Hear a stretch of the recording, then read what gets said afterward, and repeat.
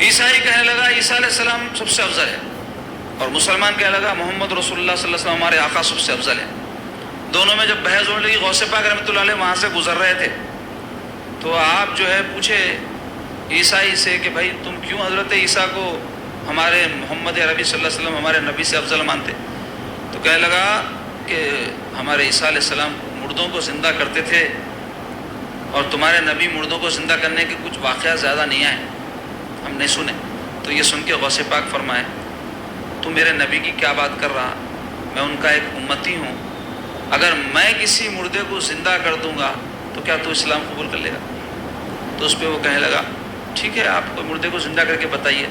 تو آپ فرمائیں کرخ ایک مقام ہے بغداد میں، وہاں بہت بڑا قبرستان ہے، آج بھی موجود ہے وہ قبرستان، بڑا دیکھنے کا قبرستان ہے جناب۔ جب حاضری ہوئی تھی وہاں بغداد شریف میں دیکھنے کا موقع ملا، حد نکاح تک قبور اور صدیوں پرانے قبور۔ اور یہ کرخ جو محلہ حضرت معروف ہے کرخی رحمۃ اللہ علیہ کی درگاہ شریف ہے، جو غوث پاک کے پیروں میں آتے ہیں۔ آپ کے 4-5 سجرے میں اوپر نام جا کے دیکھیے، آپ حضرت معروف کرخی رحمۃ اللہ علیہ کا نام ملے گا آپ کو۔ تو وہاں پر یہ قبرستان ہے ان کی درگاہ کے قریب میں۔ تو آپ غوث پاک فرمائے کرخ کے قبرستان میں چلو، اور وہاں جس قبر کی طرف تم اشارہ کرو گے میں اس مردے کو اٹھا دوں گا۔ تو جب وہاں پہنچے، اس نے ایک قبر کی طرف اشارہ کیا تو آپ ٹھوکر لگا کر فرمایا قم باذن اللہ، اٹھ اللہ کے حکم سے۔ تو مردہ جو ہے گانا گاتے ہوئے اٹھا، کیونکہ قوال تھا۔ تو جیسے ہی یہ واقعہ انہیں دیکھا تو فوری وہ عیسائی حضور غوث پاک کے ہاتھ پہ مسلمان ہو گیا۔ تو یہ مشہور کرامت ہے غوث پاک رحمۃ اللہ علیہ کی، جو مردوں کو زندہ کرنے کے حوالے سے ہے۔ اس کے علاوہ جو ہے آپ کے کرامات میں سے ایک مشہور کرامت کیا ہے کہ ایک عورت کیا کی، اپنے ایک بچے کو غوث پاک کی خدمت میں لا کے چھوڑی، بولی سیدی یہ بڑا معتقد ہے آپ کا، اس کو اپنے پاس رکھیے، آپ کی خدمت میں رہا تو کچھ دین سیکھ لیں گا، کچھ اچھی باتیں آ جائیں گے اس کو، بول کے لا کے چھوڑ کے گئی۔ تو وہ غوث پاک کے ساتھ رہنے لگا آپ کی خانقاہ میں۔ تو ایک دن اماں کا دل بولا بچے کو ملنا، تو انہیں ملنے آئی تو دیکھی دستر کے اوپر غوث پاک رحمۃ اللہ علیہ کے ساتھ سب لوگ بیٹھے ہوئے، بیٹا بھی بیٹھا ہوا ہے۔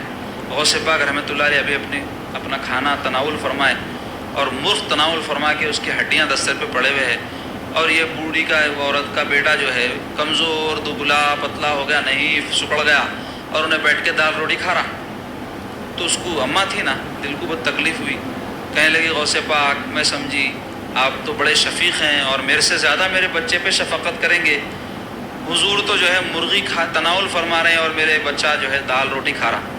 تو یہ سن کے غوث پاک رحمۃ اللہ علیہ کیا کیے، وہ جو ہڈیاں پڑے ہوئے تھے مرغی کے، اس پر اپنا دست اقدس پھیرے۔ وہ پھیرنا تھا کہ مرغی بن گئی ہڈی، مرغی زندہ ہو گئی، پھڑپھڑانے لگی۔ تو غوث پاک فرمائے تیرا بیٹا بھی جب اس مقام پہ پہنچ جائے تو وہ جو ہے یہ سب کھا سکتا، فرمائے۔ تو اس کو دال کھانا کھلانا کیوں تھا؟ تربیت کی خاطر، تزکیہ نفس کے لیے۔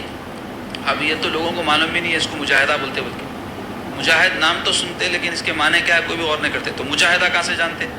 تو یہ مجاہدہ جو ہے سلوک میں، طریقت میں ایک بنیادی چیز ہے جس کی آج کے مریدوں کو ہوا بھی نہ لگی۔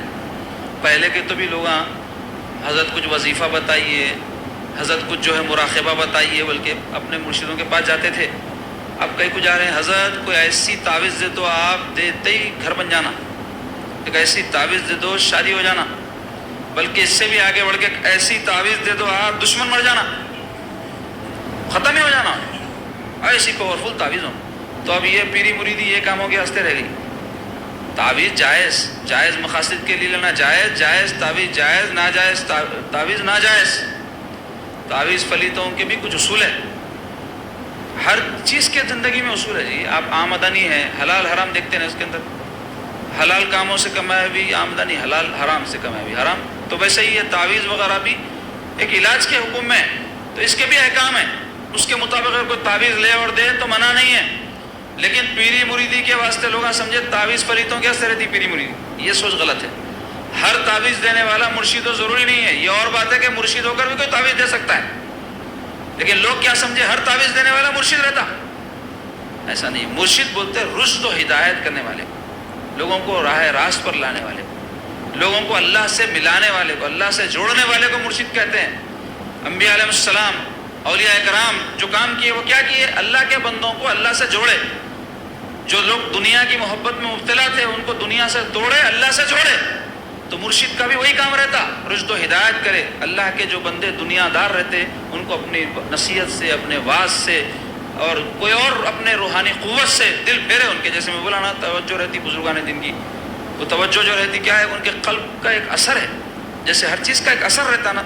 دیکھو اب میں بغیر مائک کے بول رہا ہوں تو میری آواز کا ایک اثر رہتا ہے، یہاں تک پہنچتی ہوں گی، وہاں تک بھی پہنچتی ہوں گی زیادہ نکالا، لیکن اوپر نہیں جا سکتی کیونکہ چھت دیوار آگے اوپر جو ہماری بہنیں بیٹھی ہوئی وہاں نہیں جاتی آواز، پاورفل میں نکالے تو ہلو آواز آئے جیسا اتنا کیا بول رہے ہیں سمجھ میں نہیں آتا، تو ایک تاثیر ہے اس کی۔ مگر مائک صاحب کی تاثیر میری آواز سے زیادہ پاورفل ہے۔ میں یہاں جو بول رہا ہوں اگر میں ہلو بھی بولا تو جتنا آپ لوگ یہاں سن رہے ہیں اتنے لوگ بھی سن رہے ہیں، تو ایسا ہر ایک چیز کی ایک تاثیر رہتی، تو ایسی اللہ والوں کے دلوں کی بھی تاثیر رہتی، اس کے اثرات رہتے، اس واسطے بولے ان کی صحبتوں میں بیٹھو، لیکن شرط یہ ہے کہ ادب ہو، شرط یہ ہے کہ فیوز و برکات حاصل کرنے کی نیت ہو، طلب مولا ہو، اللہ واسطے بیٹھو تو اس کے برکات سے آپ کی دنیا بھی اچھی ہوں گی انشاءاللہ، آخرت بھی اچھی ہوگی۔ اللہ والوں کے پاس دنیا کی نیت سے مت جاؤ، دنیا حقیقی چیز ہے جی، دنیا مردار ہے، حدیث شریف میں آیا، مردار کے پیچھے کبھی نہیں بھاگنا۔ اللہ جو ہمیشہ باقی رہنے والا ہے، حی ہے اور زندہ ہو کر زندہ کرنے والا ہے، اس کے طالب بنو تو یہ دنیا خود ہماری خادمہ اور لونڈی بن کے ہمارے پاس آتی ہے۔ غوث پاک خود فرمائے دنیا کو میں نے جو ہے ٹھوکر ماری تو غوث پاک فرماتے ہیں کہ یہ میری خادمہ اور لونڈی بن کر میرے پیچھے پیچھے آئی ہے۔ تو یہ دنیا اللہ والوں کے پیچھے رہتی ہے، اللہ والے ہمیشہ نمبر 1، دنیا نمبر 2۔ ہمارا حال کیا ہے؟ دنیا نمبر 1، ہم نمبر 2، ہمیشہ اس کے پیچھے بھاگتے۔ یہ دنیا جو ہے ہمیشہ رہنے والی نہیں ہے، انہیں جب تک اللہ اس کی عمر رکھا رہی بھی تو ہم رہنے والے نہیں ہیں، تو جو چیز فانی ہے اس کے پیچھے اپنی آخرت برباد نہیں کر لینا۔ تو اللہ والوں کی صحبتیں، اللہ والوں سے تعلق اور نسبت سے کیا حاصل ہوتا؟ اب کئی لوگ اس کے منکر ہیں، نہیں مانتے سب چیزوں کو، توفیق نہیں ہوئی ان کو۔ اللہ تعالیٰ اپنے قریب جن کو کرنا چاہتا ہے تو اپنے دوستوں کے قریب کر دیتا ہوں۔ اللہ والوں سے اللہ کا پتہ چلتا، کل بھی میں شعر بولا نا، اللہ اللہ کیے جانے سے اللہ نہ ملے، اللہ اللہ کیے جانے سے اللہ نہ ملے، اللہ والے ہیں جو اللہ سے ملا دیتے ہیں۔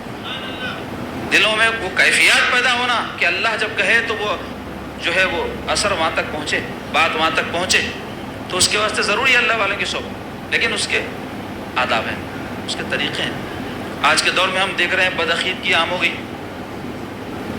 اور ان لوگوں کی بدعقیدہ وسوسہ انگیز باتیں سن کے ہمارے بھی کئی لوگ ڈلمل ہو جا رہے ہیں۔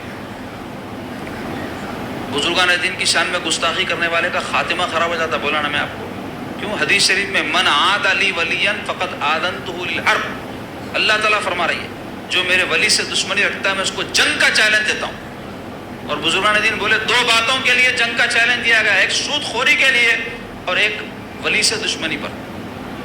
سود خور کو بھی قرآن میں اللہ تعالیٰ فرمائے کہ جو سود کھا رہے ہیں وہ ایسے ہیں اللہ سے جنگ کرنے والے ہیں، قرآن میں آیا۔ اور حدیث میں کیا آیا؟ معتبر حدیث ہے، من عاد لی ولی، جو میرے ولی سے دشمنی رکھے گا میں اس کو جنگ کا چیلنج دوں۔ اللہ سے کوئی جنگ کر سکتا جی، مگر انہیں ایسا ہے جیسے اللہ سے جنگ کرنے والا ہے، بولنے کے معنی دشمن ہے اللہ کا۔ اور یاد رکھو جس کسی کو دین و دنیا میں جو مراتب اور درجات ملے وہ جو ہے ادب کی وجہ سے ملے، بادب بانصیب، بے ادب بد نصیب۔ غوث پاک رحمۃ اللہ علیہ کا خود ایک واقعہ میں آپ کو سناتا ہوں ادب کے حوالے سے، جس سے آپ کو پتہ چلے گا کہ اللہ تبارک و تعالیٰ نے ادب سے کیسے مراتب اور مدارج کو جو ہے جوڑ دیا ہے۔ حضور غوث پاک فرماتے ہیں میرا طالب علم کا زمانہ تھا، میرے ساتھ ابن سقا اور عبداللہ تمیمی یہ 2 لوگ بھی پڑھا کرتے تھے۔ تو ایک دن ہم کو پتہ چلا کہ ایک اللہ کے ولی بغداد میں آئے ہوئے ہیں، غالباً حضرت یوسف حمدانی رحمۃ اللہ علیہ ان کا نام ہے، بہت بڑے ولی ہیں۔ حضرت عبدالخالق غزدوانی جو سلسلہ نقشبندیہ کے بہت بڑے بزرگ ہیں، بہاؤالدین نقشبند رحمۃ اللہ علیہ کا نام تو آپ نے سنا ہوگا، ان کے 7ویں پیر ہیں یہ اوپر، حضرت عبدالخالق غزدوانی۔ ازبکستان میں حضرت کی مزار ہے، اللہ کے فضل اس کے حبیب کے صدقے میں حاضر نصیب ہوئی ہم کو پچھلے سال۔ سلسلہ نقشبندیہ کے 7 عظیم بزرگ ازبکستان میں رہتے ہیں، سمرقند، بخارا، یہ جو مقامات ہیں وہاں پر ان کے مزارات ہیں، بڑی زبردست جگہ ہے عزیزو۔ لوگ کہتے ہیں یہ ہندوستان میں قبراں ہیں، یہ ہندوستان میں جو خبر پرستی ہے، یہ ہندوستان میں جو اولیاء اللہ بولتے تم لوگ کہیں بھی نہیں ہے، جھوٹ بولتے ہیں، جھوٹے ہیں، بدبخت ہیں جو ایسا بولتے ہیں۔ دنیا کا کوئی خطہ ایسا نہیں ہے جو اللہ والے نہ ہو، ان کے مزارات نہ ہو. دنیا میں جہاں کہیں دین پھیلا اللہ والوں کی وجہ سے پھیلا. قرآن مجید کہاں نازل ہوا؟ مکہ مدینے میں. کس پہ نازل ہوا؟ رسول اللہ صلی اللہ علیہ وسلم پر. پھیلا کیسا؟ ہر جگہ قرآن نازل نہیں ہوا، اللہ والے نے جا کے پہنچائے، بزرگان دین پہنچائے، اولیاء کرام پہنچائے، صوفیاء کرام پہنچائے، طبقہ اول میں صحابہ. لیکن صحابہ کا زمانہ ختم ہوا تو کیا لوگ ختم ہو گئے؟ لوگ تو قیامت تک آئیں گے. تو پھر ان تک دین کیسا پہنچا؟ یہی مخلص اللہ والے اولیاء اللہ جن کو ہم بولتے وہ پہنچائے.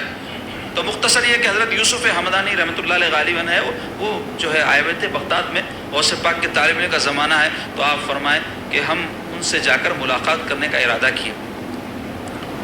تو عبداللہ تمیمی کہنے لگے میں جاؤں گا تو اس جو ہے ولی سے ایک جو ہے شرعی ایسا مسئلہ یا طریقت کا کچھ ایسا مسئلہ پوچھوں گا کہ دیکھتا ہوں وہ کیا جواب دیتے ہیں اس سلسلے میں.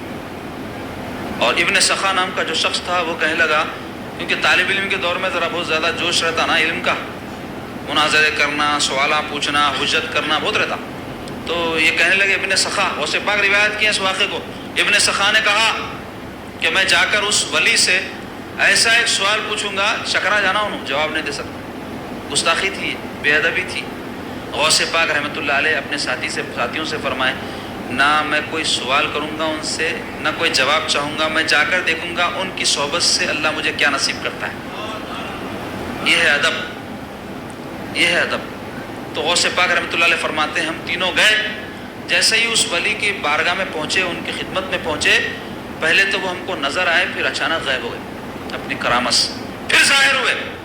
اور ظاہر ہونے کے بعد ایک ایک ہم میرے ساتھیوں کو مخاطب ہو کر ارشاد فرمائے، ابن سخا سے مخاطب ہو کر فرمائے ابن سخا تو مجھ سے ایسا سوال کرنا چاہتا تھا جس کو سن کے میں چکرا جاؤں. سن تیرا سوال یہ ہے، اس کا جواب یہ ہے. پھر فرمائے کہ تیری اس گستاخی اور بے ادبی کی وجہ سے میں دیکھ رہا ہوں کہ تیرا خاتمہ کفر پر ہو رہا ہے. پھر اس کے بعد عبداللہ تمیمی کی طرف مخاطب ہو کر فرمائے کہ عبداللہ تم بھی مجھ سے سوال پوچھنا چاہتے تھے اور اس کا جواب میں کیا دیتا ہوں دیکھنا چاہتے تھے. سنو تمہارا سوال یہ ہے اور اس کا جواب یہ ہے. پھر غوث پاک رحمۃ اللہ علیہ کی طرف مخاطب ہو کر فرمائے بیٹے عبد القادر تمہارے ادب کی وجہ سے میں دیکھ رہا ہوں اللہ تعالیٰ تم کو وہ مقام و مرتبہ عطا فرمائے گا کہ تم یہ اعلان کر رہے ہو کہ قدمی ہذہ علی رقبۃ کل ولی اللہ، کہ میرے قدم تمام اولیاء کی گردنوں پر ہے اور روئے زمین کا ہر ولی تمہارے سامنے اپنی گردن جھکا دے گا. تو غوث پاک فرماتے ہیں جیسا کہ اس ولی نے کہا تھا، خدا کی قسم میں نے اپنی زندگی میں یہ سب باتیں دیکھ لی. ابن سقا میں اور عبداللہ تمیمی علم حاصل کرنے کے بعد ابن سقا مناظرے کا بڑا ماہر بن گیا. مناظرے بول تو علمی بحثیں کرنا، علمی جدل، جھگڑا، سامنے والوں کو مطمئن کرنے جو بحث کرتے ہیں نا اس کو مناظرہ بولتے ہیں فن میں. تو وہ مناظرے کرتے کرتے عیسائیوں سے اس کے مناظرے ہونے لگے. اور اسی مناظرے کے دوران وہ ایک عیسائی بادشاہ کے دربار میں پہنچا تو وہاں اس بادشاہ کی بیٹی کو دیکھ کر اس پر عاشق ہو گیا اور بادشاہ سے کہا کہ میں تیری بیٹی سے شادی کرنا چاہتا ہوں. تو بادشاہ بولا ٹھیک ہے اگر میری بیٹی سے شادی کرنا ہے تو تم کو اسلام چھوڑنا پڑے گا. تو وہ ایسا اس کے عشق میں مبتلا ہوا جیسا کہ آج کل ہمارے نوجوان ہیں نا، اللہ نہ کرے اسلام چھوڑتے نہیں چھوڑتے وہ تو اللہ جانے، لیکن ماں باپ کو چھوڑنے تیار ہے. کوئی بچی کے چکر میں ایسا پڑتے اماں بابا بولے چھوڑ لے کیا پڑ گیا ہے تو اماں تم کو چھوڑ دوں گا، اس کو نہیں چھوڑ سکتا. زبان سے نہیں بولا تو چھوڑ کے بھاگ جاتا. بچے تو بچیاں بھاگ جا رہے ہیں. شرمناک واقعات ہمارے معاشرے میں ایسے ہو رہے ہیں. یہ کیوں ہو رہا؟ اس واسطے کہ اللہ کی محبت، اس کے رسول کی محبت، اللہ والوں کی محبت سے دل خالی ہو گئے. اس واسطے ہو رہا. جن دلوں میں اللہ کے رسول، اللہ والوں کی محبت رہتی، ناجائز محبتیں وہاں جگہ نہیں پکڑ سکتی. اگر ناجائز محبت جگہ پکڑ لے تو سمجھو وہ محبتوں میں کوئی کمی ہے. اللہ رسول کو چاہنے والا اللہ رسول کی نافرمانی کرتا، اللہ رسول کو چاہنے والا غیر کی محبت میں مبتلا ہوتا، اس کی ہر محبت اللہ اس کے رسول کے لیے ہوتی. اولیاء اللہ کو بھی ہم جو چاہتے ہیں اللہ رسول کے واسطے چاہتے ہیں. ماں باپ کو جو چاہتے ہیں اللہ رسول کا حکم ہے ماں باپ کو چاہو، ان کا دیکھنا عبادت ہے. حدیث شریف میں آیا اس واسطے ان سے ہم کو محبت ہے. فطری طور پہ بھی ہوگی، لیکن جو دیندار آدمی ہے وہ عام آدمی سے جو دیندار نہیں ہے زیادہ اپنے ماں باپ سے محبت کرتا. تو آج کیا ہو گیا ہمارے نوجوانوں کے اندر؟ دیکھو تباہی و بربادی آ گئی. تو ایسے ہی انہیں بھی کیا ہوا، عاشق ہو گیا تھا. اور یہ سب فانی محبتیں ہیں. دنیا کے حسینوں کو کامل محبوب خدا سے کیا نسبت؟ دنیا کے حسینوں کو کامل محبوب خدا سے کیا نسبت؟ یہ خود کو سنوارا کرتے ہیں، وہ سب کو سنوارا کرتے ہیں. یہ لوگ اپنے کو خالی میک اپ کر لیتے رہتے، مٹنے والا چہرہ، مٹی میں ملنے والا چہرہ، اس کے پیچھے اگر کوئی محنت کر رہا تو بے وقوف ہے کیا نہیں انہیں؟ جو چیز باقی رہنے والی ہے وہ سیرت ہے کہ اس کا اثر آخرت تک جائے گا اور اس کی بنیاد پہ آخرت میں درجے متعین ہوں گے، اس کی فکر نہیں ہے، اور فکر ہے تو اپنی صورت شکل ظاہری چیزوں کے اوپر پڑے ہوئے ہیں۔ یہ سب فانی چیزیں ہیں، تو اللہ والے باقی چیزوں کی طرف لے جانے والے ہیں، ان کی باتیں باقی چیزوں کی طرف لے جانے والی۔ تو بہرحال انہیں عاشق ایسا ہوا جناب، اسلام کو چھوڑ دیا اللہ کی پناہ، اور وہ بچی سے شادی کر لیا۔ کرتے ہی اس کے جسم میں ایک ایسی بیماری پیدا ہو گئی جس کی وجہ سے سارا جسم سڑنا شروع ہو گیا۔ تو بادشاہ کیا کیا، اس کو اٹھا کے اپنے محل کے باہر پھینکا دیا اور کنڈی پر موت ہو گئی اس کی۔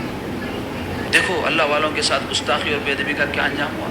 اس کو معمولی چیز مت سمجھو، معمولی بات مت سمجھو۔ جتنے لوگ اپنے آپ کو مبلغ یا اور جو بھی عالم فاضل یہ وہ سمجھتے، اور وہ ہم سمجھتے کہ دین کی خدمت کر رہے ہیں، زبان چلتے رہتی، گستاخیاں کرتے رہتے بزرگوں کی شان میں، بدعقیدہ لوگ تو انہوں سمجھتے ہم تو مسلمان ہیں، دین کی خدمت کر رہے ہیں، لوگوں کو توحید کی طرف لا رہے ہیں، بدعتوں سے روک رہے ہیں، غلو سے بچا رہے ہیں، یہی سمجھتے رہتے۔ ٹھیک ہے، توحید کی طرف لوگوں کو لانا چاہیے، اسلام کی طرف لوگوں کو لانا چاہیے، دین کی طرف لوگوں کو لانا چاہیے۔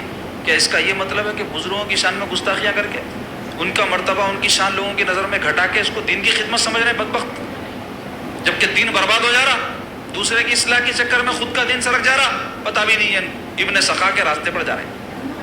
عبداللہ تمیمی کے ساتھ کیا ہوا، غوث پاک فرماتے ہیں انہوں علم حاصل کرے، فقہ میں بڑا بلند مقام ان کو جو ہے نصیب ہوا، لیکن جیسا کہ اس ولی نے کہا تھا کہ اے عبداللہ تمیمی میں دیکھ رہا ہوں کہ دنیا تیرے کانوں کی روح تک آ گئی، دنیا دار بن گیا۔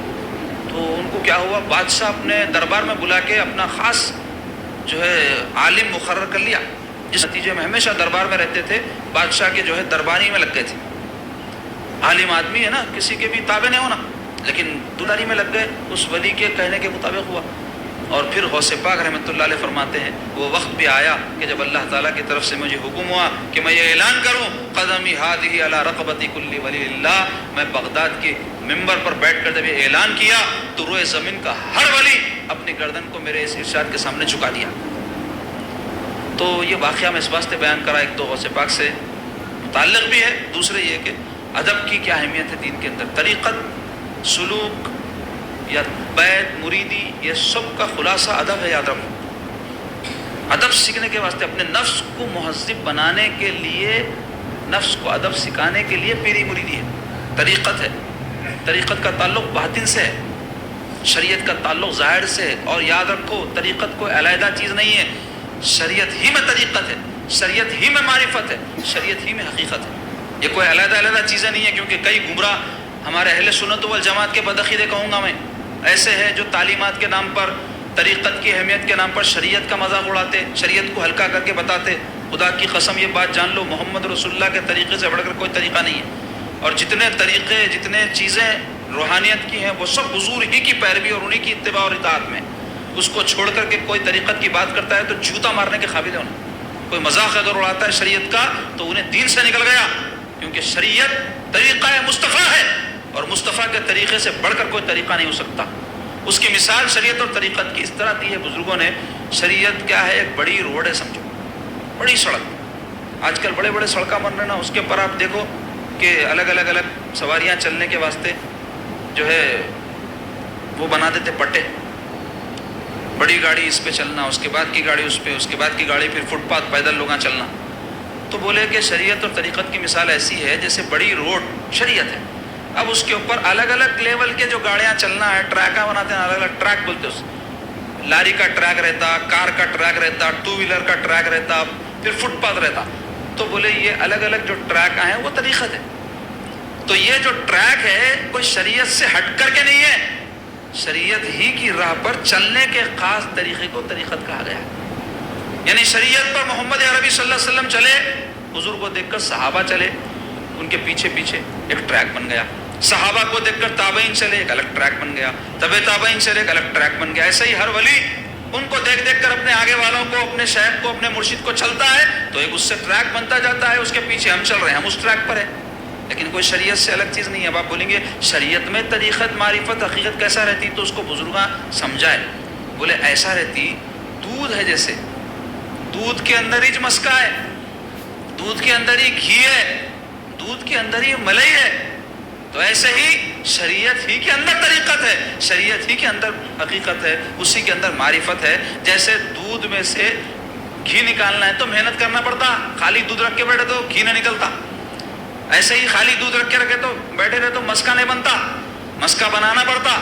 تو ایسے ہی اگر تم چاہتے ہو کہ تم کو طریقت، معرفت، حقیقت حاصل ہو تو کیا کرو؟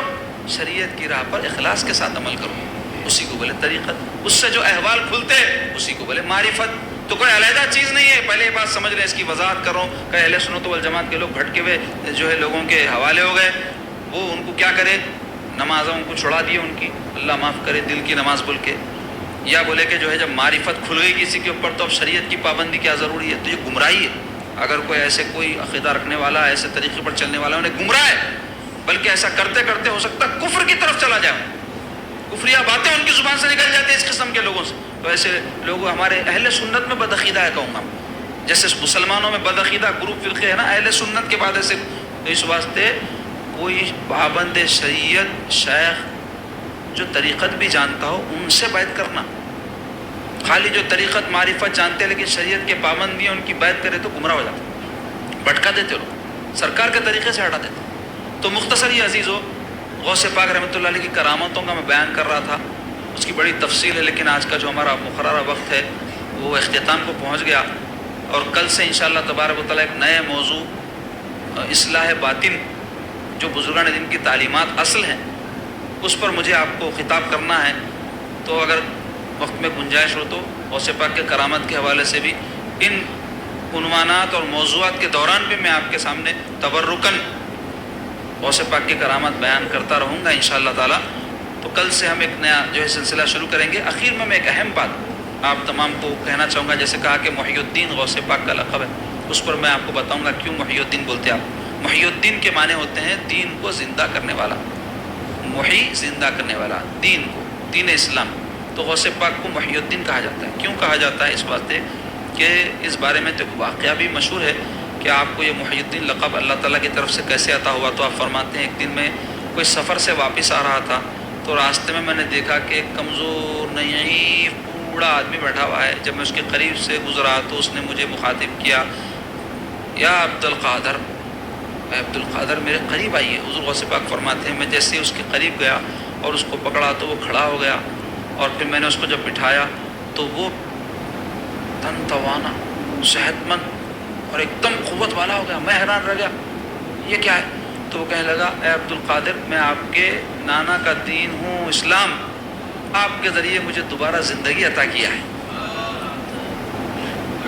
تو جاننا چاہیے کہ حضور غوث پاک رحمۃ اللہ علیہ کو محی الدین اس واسطے کہتے ہیں کہ آپ کا جو زمانہ ہے 5ویں صدی ہجری کا، 470 میں آپ کی ولادت ہوئی بتائے نا، تو کون سا دور ہے یہ؟ 500 صدی ہجری بولتے ہیں۔ 400 کے بعد شروع ہوا تو 500 آ رہا تھا نا، 401 402 500 کی طرف جا رہے ہیں۔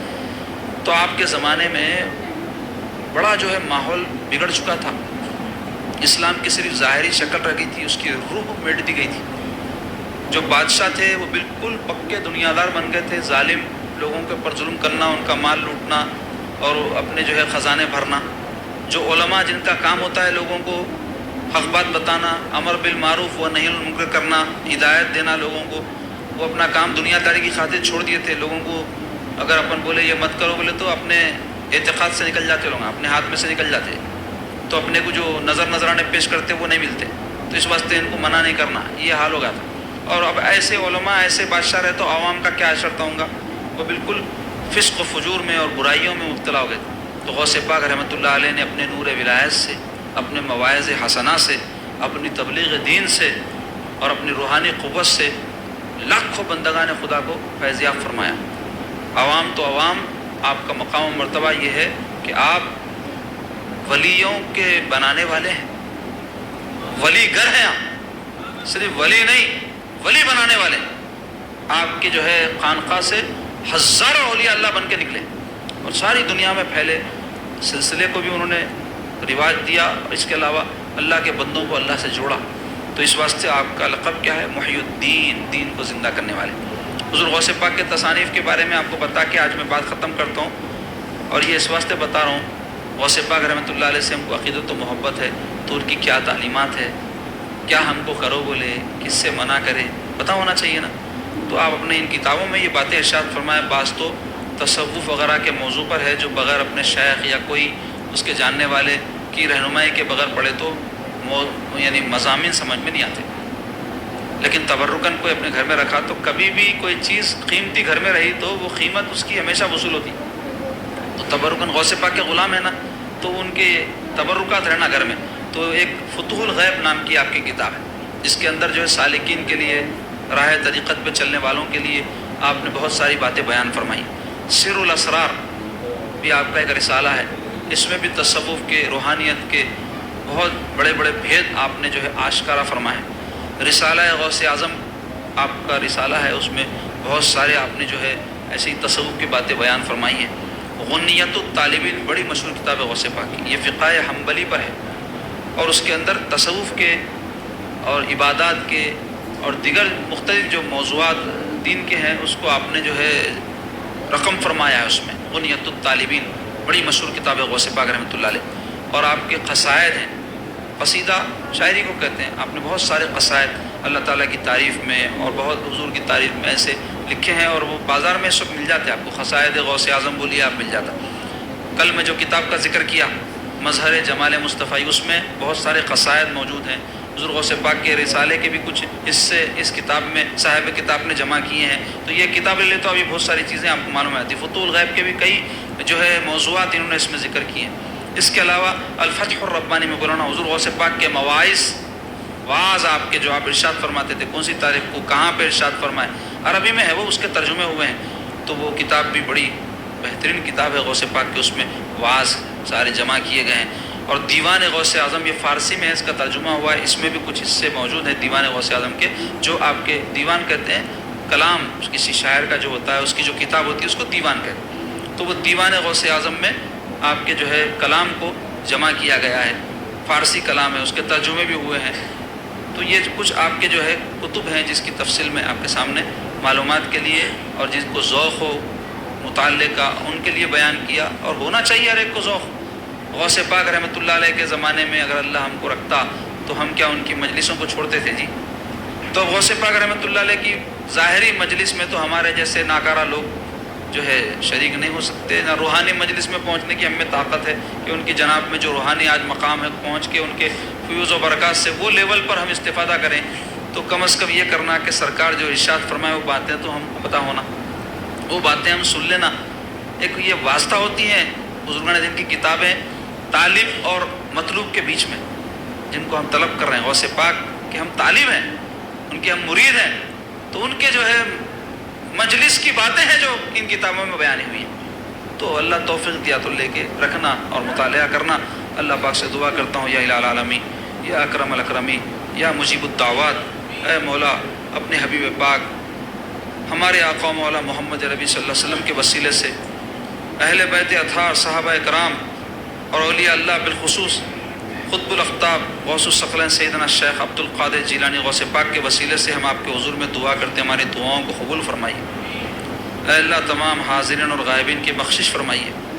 اے اللہ ہم کو آپ کے محبوب محمد عربی صلی اللہ علیہ وسلم کی سچی محبت نصیب فرمائیے، ان کے آل اور اصحاب کی محبت نصیب فرمائیے، اولیاء صالحین صوفیہ کی، علماء کی، مشائخ کی عقیدت و محبت نصیب فرمائیے۔ اے اللہ دین اسلام کی جو تعلیمات ہے اس کو سیکھنے اور اس پر عمل کرنے کی توفیق نصیب فرمائیے۔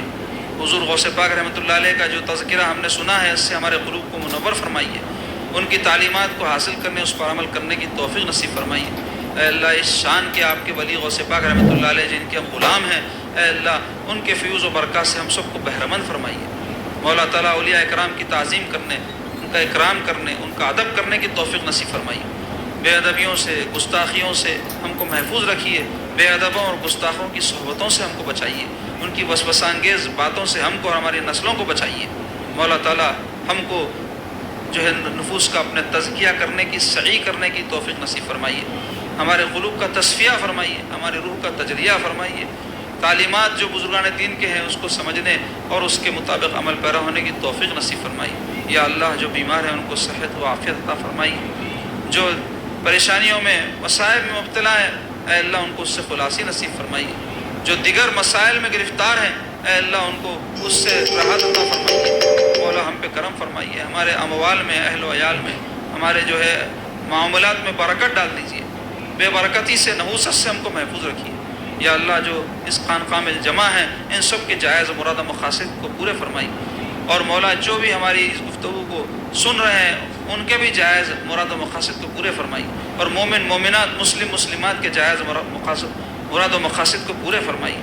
اے اللہ ہم کو سچا مسلمان بنائیے، اے اللہ ہم کو آپ کو چاہنے والا، آپ کے حبیب کو چاہنے والا بنائیے، اے اللہ ہم کو معرفت کا علم نصیب فرمائیے، آپ کی معرفت، آپ کے حبیب کی معرفت نصیب فرمائیے، آپ کے اولیاء کی معرفت نصیب فرمائیے، قرآن مجید پڑھنے، اس کو سمجھنے، اس کی تعلیمات پر عمل پیرا ہونے کی توفیق نصیب فرمائیے یا اللہ۔ ہم کو شر سے، فساد سے بچائیے، اے اللہ مسلمانوں کے ایمان کی، جان و مال، عزت و آبرو کی حفاظت فرمائیے، جہاں کہیں ہمارے مسلمان بھائی پریشان حال ہیں ان کی پریشانیوں کو دور فرمائیے۔ سرزمین عراق، سرزمین فلسطین، سرزمین جتنے بھی مسلمانوں کی ہے مولا، ان کی جو ہے سرزمین کی حفاظت فرمائیے، اور مسلمانوں کا بول بالا کیجیے، اسلام کا بول بالا کیجیے، مسلمانوں میں اتحاد و اتفاق پیدا فرمائیے۔